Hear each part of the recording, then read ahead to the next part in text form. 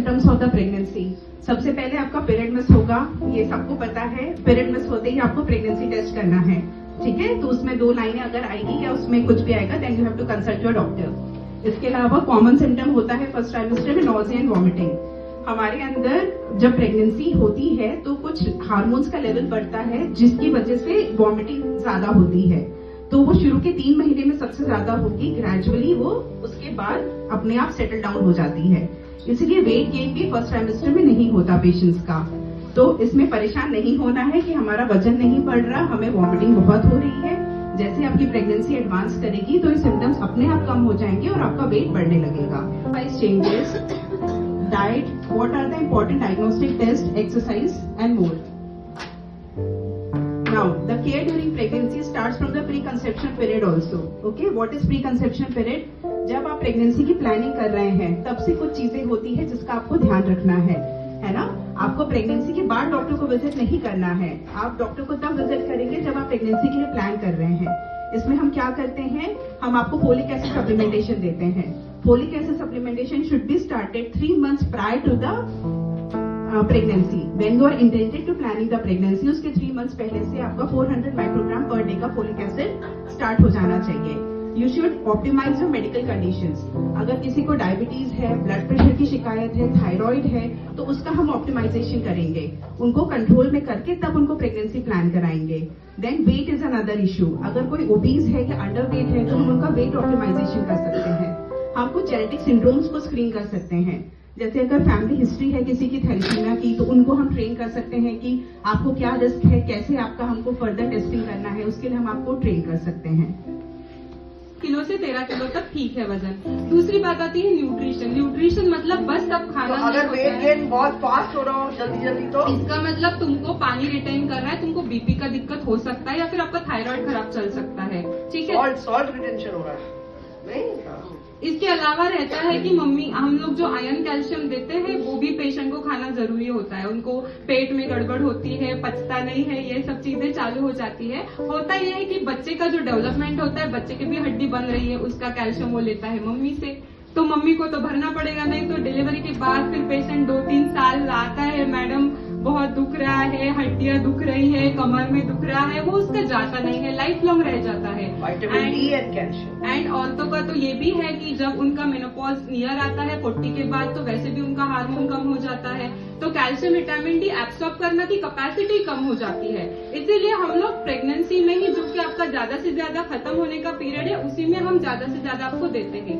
As भी young रहता है, दवाइयों का इफेक्ट भी ज्यादा होता है। दूसरी बात, हमारी कंट्री में प्रोटीन जो खाते हैं वो वेजिटेरियन डाइट में वैसे भी नहीं होता है, ठीक है। जो नॉनवेज खाते हैं, वेल नरिश रहते हैं, उनका तो ठीक है, बट इन जनरल नहीं रहता है। इसलिए हम लोग सबको प्रोटीन पाउडर देते हैं कि 2 चम्मच तो भाई तुमको खाना ही है कैसे भी करके, ठीक है। वो भी कम पड़ जाता है, बच्चे का पानी कम हो जाता है, बच्चे का ग्रोथ नहीं होता है। फिर पकड़ पकड़ के हम सेलेमिन लगवाते हैं कि भाई हफ्ते में 2 बार लगवाओ, हफ्ते में 3 बार लगवाओ, ठीक है। तो ये सब हम चाहते कि आप जब बच्चा घर लेके जाओ तो ऐसा बच्चा लेके जाओ कि आपको मुस्कान रहे हर बार, मतलब बच्चा हेल्दी है, खेल रहा है। ऐसे कमजोर, सूखा हुआ, पतला पतला बच्चा नहीं लेके जाओ घर, ठीक है। दादी नानी को भी प्यार रहना चाहिए बच्चे पे, ठीक है।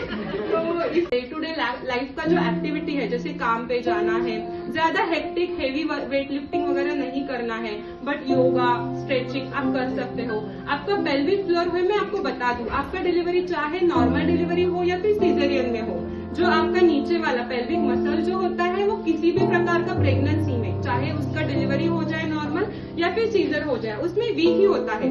उसका रीजन ये कि ऑलरेडी 3 किलो का वजन 9 महीने तक उठा चुका होता है। अगर ये 2 बार होता है, 3 बार होता है, तो वो औरत को आगे जाके वो प्रोलैप्स होता है, उसकी बच्चेदानी बाहर आ रही है, पेशाब में दिक्कत आ रही है, तो इसको रोका कैसे जा सकता है? हम कुछ कर सकते हैं अपने साइड में।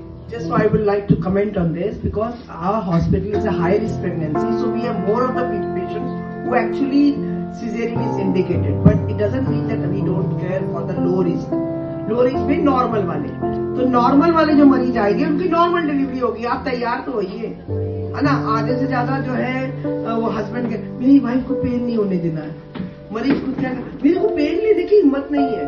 तो जब तुम ही लोग खुश हो जाओगे तो हम क्या करेंगे? What I want to say is कि हिम्मत करिए, तो नॉर्मल डिलीवरी भी होती है। The only thing is wrongly delivered. Wrongly delivered का मतलब क्या हुआ, जहां नॉर्मल डिलीवरी कराते कराते सिजेरियन की जरूरत पड़ रही है, आपको रिकॉग्नाइज करना है कि जबरदस्ती डॉक्टर या उसके रिश्तेदार या मरीज मेरे को नॉर्मल ही करना पर नहीं रहना है, because that is the place where you will lose the baby और बेबी मेंटली हैंडीकैप्ड। आपने देखिए महीना होता था तो मदर इन लॉ या हस्बैंड जो है उनको लेके जाता था, वो कहता ना टिटनेस की 2 सुई बस। So for them, pregnancy means care of giving 2 tetrax, bas that's all. And the 7th, 8th month. No role of ultrasound, no testing. मतलब पेशेंट, यू कैन इमेजिन क्या होता होगा कि पेशेंट बिना ब्लड टेस्ट कराए, बिना अल्ट्रासाउंड कराए सीधे लेबर पेन्स में। और एक तीसरा बात होती थी कि जब लेबर पेन्स होंगे, लीकिंग होगी, ब्लीडिंग होगी, तभी मदर इन लॉ घर स्लिप लेके जाएगी, नहीं तो जाने की जरूरत नहीं है। मतलब अभी तो कुछ है नहीं, अभी तो कुछ है नहीं, और डेट भी निकल जाती है, कभी कभी पोस्ट डेटेड हो जाएगा, तब तक मदर इन लॉ हिलेगी नहीं, क्योंकि सारा इशारा। So mother in law was the first doctor, तो अभी उसके कारण हम लोग we lost lot of lifes. Problem ये होती थी कि पहले इतनी प्रॉब्लम बच्चों के साथ नहीं थी, अभी तो शादी प्रॉब्लम हो गई, फिर लेट मैरिजेस हो गई, फिर लेट मैरिजेस के साथ साथ एक बच्चा प्लान करना हरक्यूलियन जॉब, पालना और बड़ा बच्चा, दूसरे के लिए तो सोचना नहीं। So babies have become very, very, very special. So it's not like जैसे मदर इन लॉ के टाइम पर मेरी दादी के 10 बच्चे में जब उन्होंने मुझे कभी सपने में बताते थे ऐसे स्टोरीज, तो सब ग्रैंडमदर पेरेंट्स। आपके बॉडी को you can deliver and nurture your baby when it is inside you, और साथ ही साथ में बच्चे का ग्रोथ भी अच्छा हो, इसके लिए हम मॉनिटर करेंगे। अब आते हैं 3rd ट्राइमेस्टर पर। इधर बेसिकली बेबी का वेट गेन होता है, मम्मी का बेली बढ़ना चालू होता है, इसकी वजह से मम्मी को फिजिकल दिक्कतें भी आती है। मेडिकल कॉम्प्लिकेशंस तो हम रहेंगे, आपको मॉनिटर करेंगे, आपके ब्लड टेस्ट रिपीट करेंगे, ब्लड प्रेशर का मॉनिटरिंग करेंगे। इसके साथ साथ अलग चीजें भी रहती है, जैसे कि मम्मी की साइकोलॉजी रहती है, उसको नया मतलब बेबी का वेलकम के लिए प्रिपेयर कराना रहता है। बर्थ का प्रोसीजर जो रहता है itself it is a very painful, मतलब प्लेजरेबल पेन जिसको बोलते हैं, कि मम्मी को दर्द भी होता है और अच्छा भी लगता है। कुछ लोगों को they are not well prepared for that. Like अभी लोग पीपल आर वर्किंग, आप लोग काम भी कर रहे हो, अपना पर्सनल फैमिली लाइफ भी मेंटेन कर रहे हो, और बेबी भी अभी आप बढ़ा रहे हो, तो उसमें आपको वो भी एक प्रिपेयर करने का फेज रहता है, वो भी हम करेंगे। दूसरी बात आती है बेबी का ग्रोथ एंड आसपास का पानी अच्छा रहता है क्या, वो देखने का काम होता है सबसे ज्यादा इम्पोर्टेंट। और यही पीरियड रहता है कि जिसमें मेजर आपके जो बीमारियां रहती है, लाइक हाइपरटेंशन रहेगा, डायबिटीज रहेगा, वो 3rd ट्राइमेस्टर में जाके फ्लेयर अप करने के चांसेस ज्यादा रहते हैं। फर्स्ट 2 ट्राइमेस्टर में हम उनको प्रिवेंटिव ट्रीटमेंट तो चालू कर देते हैं, बट जैसी प्रेगनेंसी आगे जाती है कभी कभी हम उस पर रोक नहीं लगा पाते हैं with maximum medical doses. Like BP बढ़ रहा है तो मैक्सिमम डोज देने के बावजूद भी कंट्रोल में नहीं होता है, तो इस टाइम पे हमको अर्ली टर्मिनेशन का या फिर अर्ली डिलीवरी का डिसीजन लेना पड़ता है।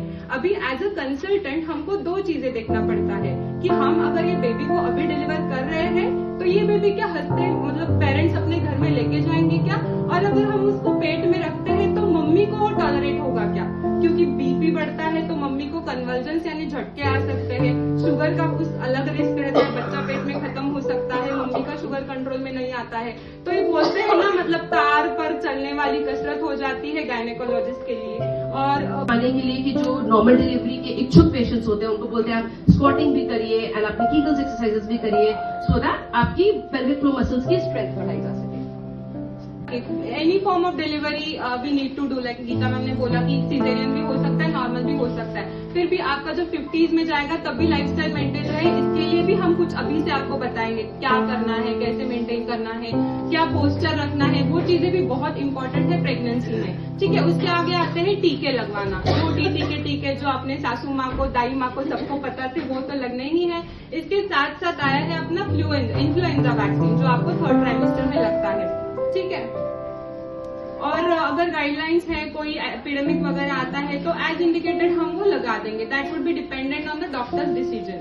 ठीक है, तो वही है basically, you have to trust your doctors. हम यहाँ बैठे हैं, गीता मैम ने हमको ट्रेन किया है ताकि इसके लिए कि आप यहाँ से आप भी फिट होके जाए और आपके बच्चे भी आपको अच्छे कंडीशन में हाथ में दें। ठीक है, तो you have to trust your doctors and you have to follow them. You can ask any questions, like आपके दिमाग में जो भी चल रहा है, be it any silly question कि मैं ऐसे कैसे पूछूं, आप पूछिए, हम बता देंगे. Don't नहीं be बता afraid, पाए don't be afraid. तो गीता मैम के पास लेके जाएंगे. आपको सोल्यूशन तो जरूर मिलेगा, बट हम बस यही चाहते हैं कि आप दोनों खुशहाल होके इधर से जाओ. ठीक है. तो वेट गेन लिखा हुआ है ना, इसमें वेट गेन 0.4